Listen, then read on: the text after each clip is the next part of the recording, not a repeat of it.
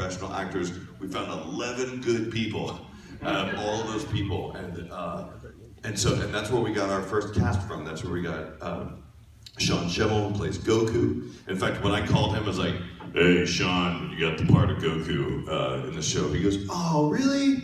I go, "What are you talking about?" He goes, "I thought my Captain Ginyu audition was really good." I said, "Trust me, you're gonna like this role, okay? Like, you're gonna want Goku." He's like, "Are you sure?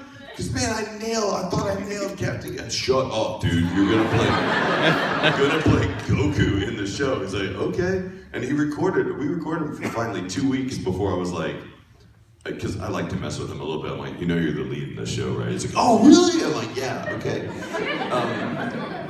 So during that time, we were trying our best to find people, and I had the lowest voice of anybody on Earth, of anybody that they could find. So whenever there were new characters, we would try and find people. We were in such a rush to get on Cartoon Network. The producers were like, "Chris, you just do another one, man." So I ended up playing, Vegeta, Piccolo, Yamcha, Mr. Popo, Kami, all the dragons.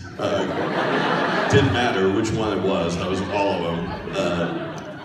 Which it didn't matter anyway, because the dragons just do this. Like, it doesn't, like, they just said, "Screw it, we're not animating this. We're just gonna have the dragon just go, 'Your wish.'" So we just kind of had to talk over it and just hope that people didn't care. Because honestly, if we had to follow the mouth movements exactly, all you get is like, "Your wish has," and like no one would know what that meant. So we had to not do that. And so I don't know. I kind of go off on tangents. I apologize. So there weren't a lot of people, so I played guys. Also, after the dragons, I was like Icarus and Jace and Raccoon and Birder and Zarbon and basically the Ginyu Force. And some of those roles I didn't get immediately. Some of them I got because we had an actor that was going to play it, but because we weren't giving them that much money, they're like, "Hey, I'm going to go do something else instead that pays me more money, so sorry." And so we would have to like replace them quickly, and a lot of the times they're just, "Chris, just go in there and do another one, man."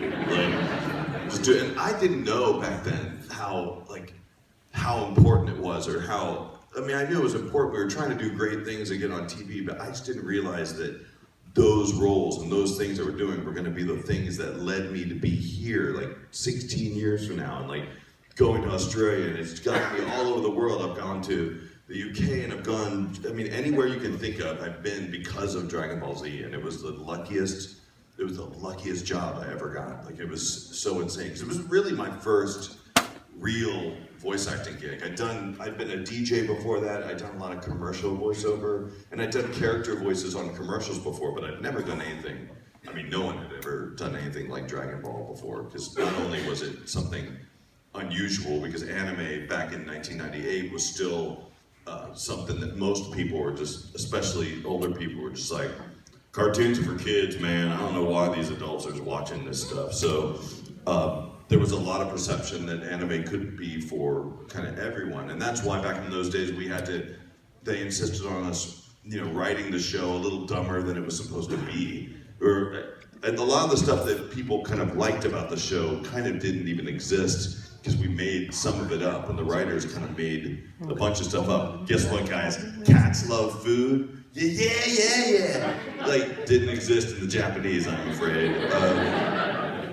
And so, so after doing all that stuff, finally the Dragon Ball Z was done. I never thought it would be over. And then we finally got our next show, and that was after like 6 years working on that show. And then we worked on Yu Yu Hakusho. Do you guys remember that show? Yeah, okay, I guess you do. I think this guy named Kubara, and and that was such a fun show, mostly because it wasn't Dragon Ball Z. But secondly, because it was actually a really awesome show, and it really resonated with people, and people still really like that show to this day. It's pretty awesome. And Justin Cook was my director on that, and Justin was actually my engineer on Dragon Ball for a lot of it too, so it was really fun working with the guy I worked with pretty much every day. And after that, I was working on, actually, at that point, I started working on a show called Blue Gender, which, like, yay! One person goes like, two people go like, yay! I remember seeing that piece of garbage. It was actually, that wasn't that bad of a show, and the only reason that Blue Gender is important for me and for Funimation is it was the very first show that we worked on that was similar to the way we work on shows today. Because it was the first time that we actually got the show with all the materials, all the sound effects, the music, and everything. Because in Dragon Ball, people are like, hey, were you inspired by the Japanese voices on Dragon Ball Z? And I'm like, I never heard them. In fact, we never had the Japanese materials to watch it. Like, the Japanese, I guess, had put it on a boat, the same one they were going to send to Australia eventually, to America with all the materials on it. And we didn't have it, and we needed to get it on TV, so we had to get all the materials for Dragon Ball Z from the Mexican dub of Dragon Ball Z. So the only stuff I ever heard, if I even chose to listen to, was Goku,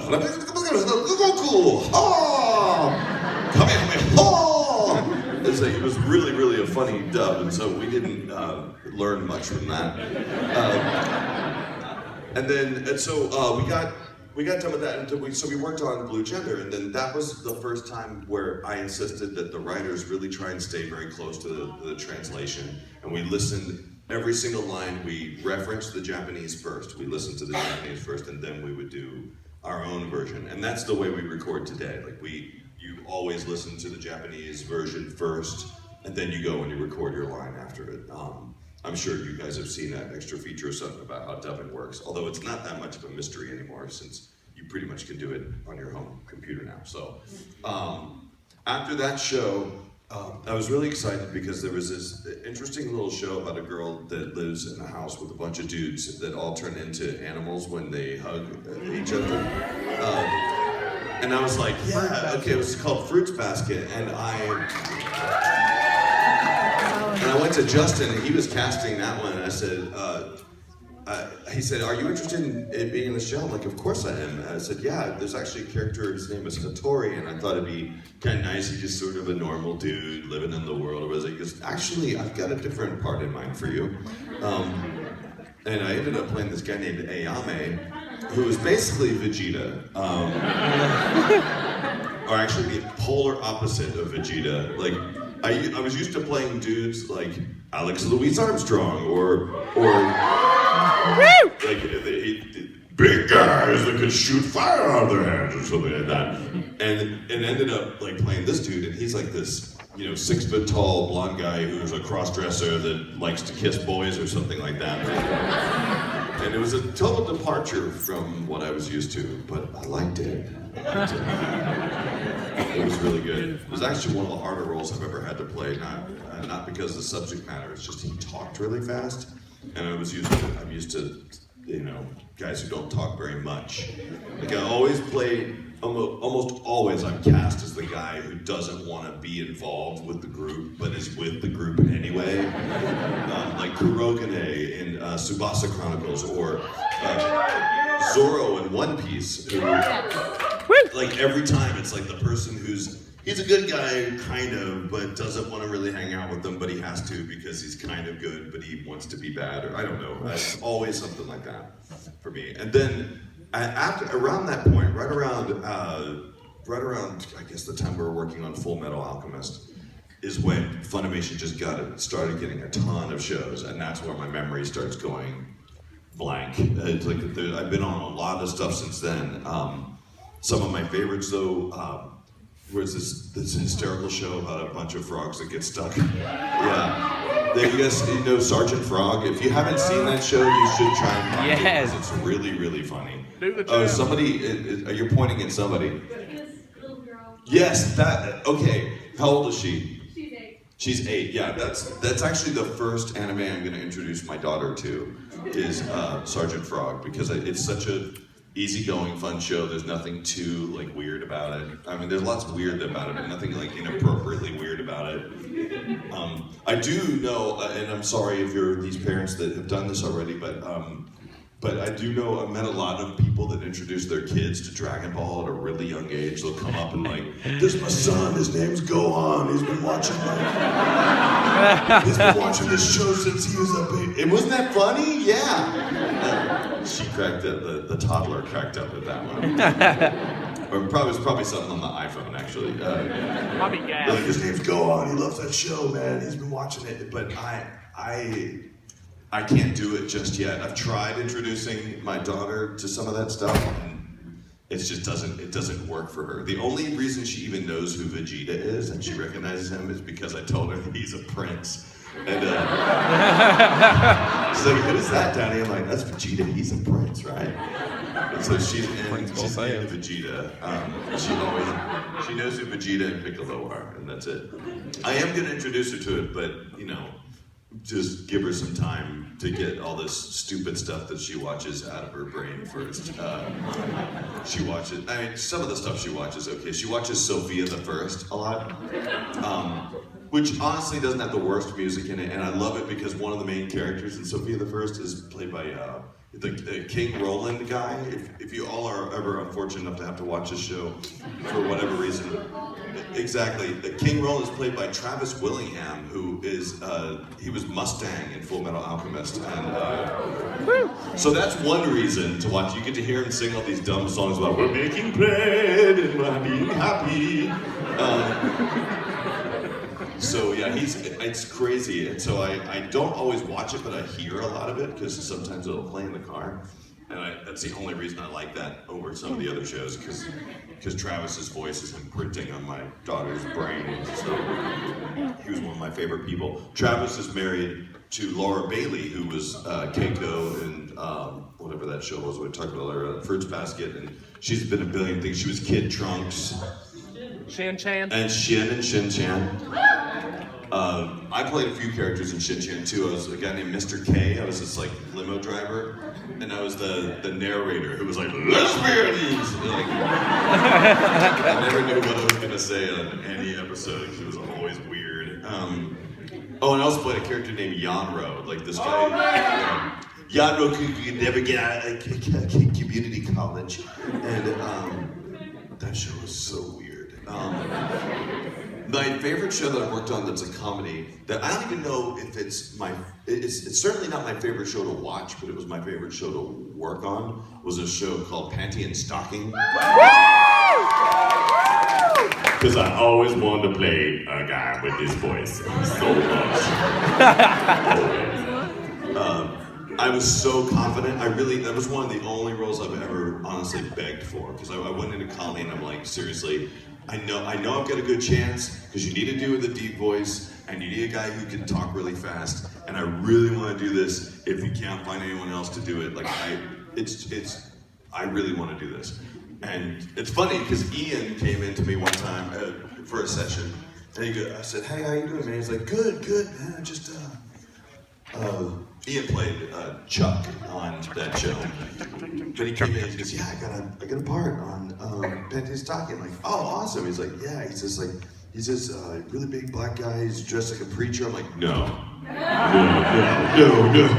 I start texting Colleen. He's like, "No, it's a joke. It's a joke. It's a joke." So yeah, that show was ridiculous to record on. I said some things I could never repeat. Although if you want to repeat them, you can repeat them over and over again just by those episodes, because it's all the dirtiest stuff I've ever seen, ever. Let's see. So yeah, I've worked on a ton of stuff. In fact, I'm trying to list them all out, but then I happened to be on whatever, Behind the Voice Actors or something. They list out all your roles, and I have 600 credits now, like over 600 credits. That's crazy. Weird when you show up at an anime studio before it becomes a thing, how many roles you can get. So lately I've been in some fun stuff. I've been doing a pretty awesome role, because one of the first anime I ever saw was Ghost in the Shell. And Funimation recently took on this kind of a new series called Arise. And I'm playing Bato in that, like the guy with the weird buggy eyes things. It's such a dream to work on that show. A got to be in an episode, a season of Psychopaths. If you all are watching that? That was such an awesome show. I cannot remember the character's name, but he's sort of the betrayer, but you'll get it. I don't want to spoil it for anyone who hasn't seen it. You know what, let's just open it up to questions. What the heck? I mean, what the heck? Why not? Yes, do you have a question? Wow, you brought your own microphone, that's awesome. Oh, I'm good at repeating what people say. What's your question, person in awesome hat? Hi, that's not a question, this is more of a statement. Your basic one. I was wondering if when you were doing the movie Vegas God, or Valley, if when you said that's my Bulma, if there was a lot of bloomers with that?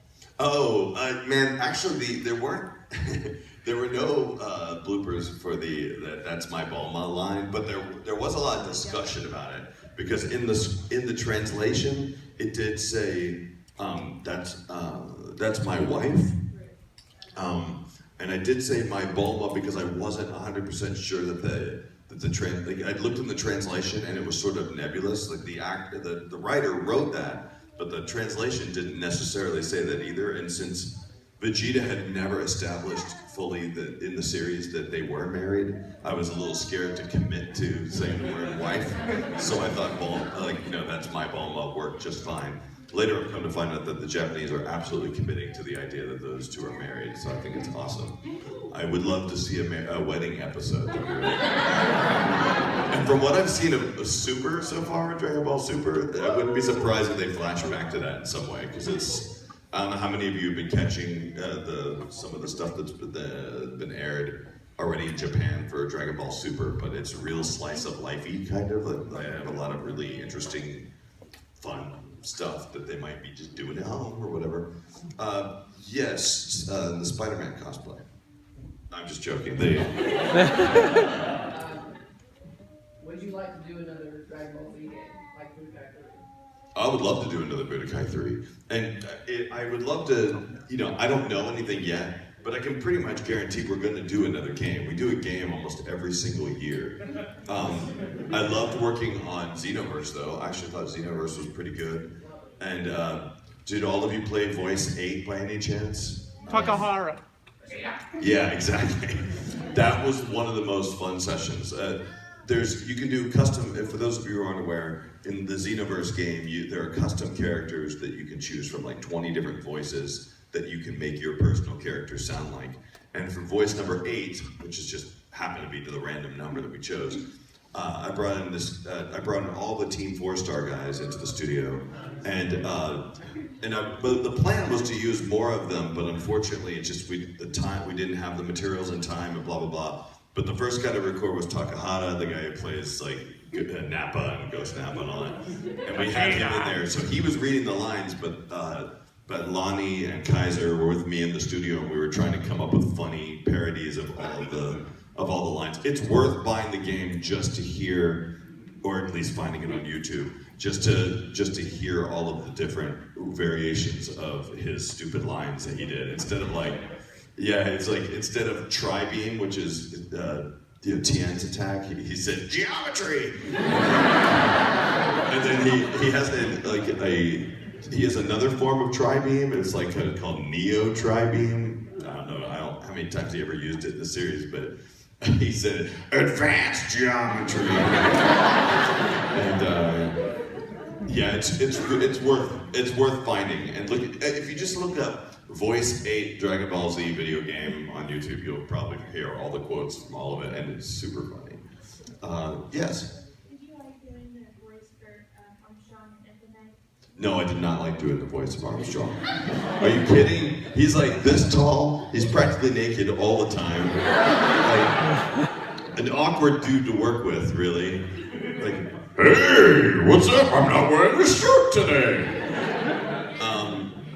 Yeah, he was I love playing Alex Louis Armstrong. He was such a fun character. And what's awesome about that is that I was so inspired not only by the way the character looks and his crazy lines and the sparkles that come out of his face. The guy who does the Japanese voice of Alex Louis Armstrong is just as brilliant as the character is. So it really was pretty easy channeling that character to be able to not only see it, but when you preview it, you have his voice like on the preview track too. I tried to do something kind of similar to his as well, so that's kind of one thing we tried to do is keep his voice sort of similar to what the Japanese was.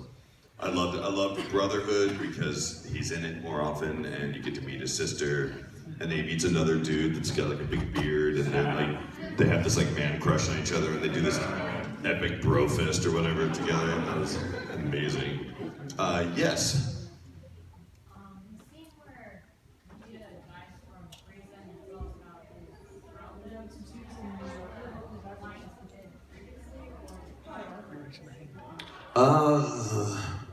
That's kind of hard to say. Like, I remember doing it the first time, and I loved the lines that were originally there. Although, getting a chance to do it again, I really enjoyed it too. It's really, really hard because when I did those lines for Vegeta the first time around, I was 10 years younger, and I really wasn't as experienced, and I think it's just hard to compare the two. They were just two different places in time, and I really haven't been able to compare them like back to back.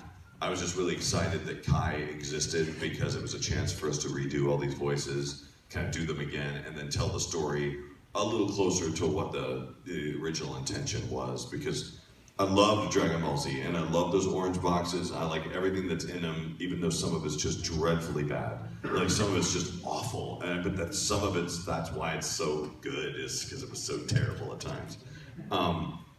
And so I don't know, it's hard to compare. Maybe I'll do a panel at some point where I just play the two back to back, and I'll let other people decide for me. So, what was your opinion? What did you prefer? I like the first one because it's more emotional. Yeah, I was younger back then.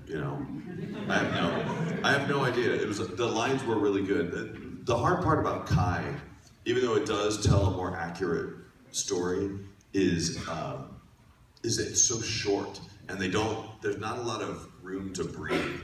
And what Funimation did originally, they assumed that people wouldn't be able to handle the epic silences that were in Dragon Ball Z originally. I don't know how many of you have compared the English dub to what was originally in the Japanese, but if you happen to have those discs, flip over and you'll see that like a lot of the times they just say something and it's just like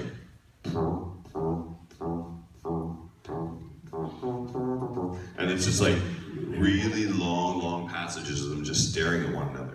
And that made the producers really awkward. They're like, American kids aren't gonna sit around that long, man. They're gonna have people talking to them. So, whereas in the Japanese version, it would be somebody talking to someone and they cut away to their back. Like Funimation would use that opportunity to write more stuff. So the lines, I'm sure, had to have been a lot longer. There was a lot more to it. So, or maybe not. Maybe it's exactly the same. Honestly, I probably you maybe need to go back and watch them again. But thank you. That was a good question, actually. You guys can rest your hands for just a second because I'm going to do a little bit on this side of the room. You there. Yeah, you said you worked with the guys on Big Horsepower. What was it like for them to be a bridge for Dragon Ball? Like, how was that like? Man, I love those guys a lot. I think they're hysterical, the Abridged dudes. If you haven't seen Dragon Ball Z Abridged, I'm sure you have. It's stupidly funny. Exactly. Exactly. There's a billion quotes. It's so frustrating because there's so many quotes and people come up to me all the time. I haven't seen all of the episodes, but I've seen a fair bit of it. As far as like doing any work on that, of course, I've never worked on that show ever. I would never do that because I have a contract with Funimation. I would never work on an abridged version of a show that I have a contract to be on. I would never do that. But my favorite actor that's ever worked with the Team 4-Star guys is this guy named DJ Sexadillionaire. And he's an amazing voice actor that I know has worked with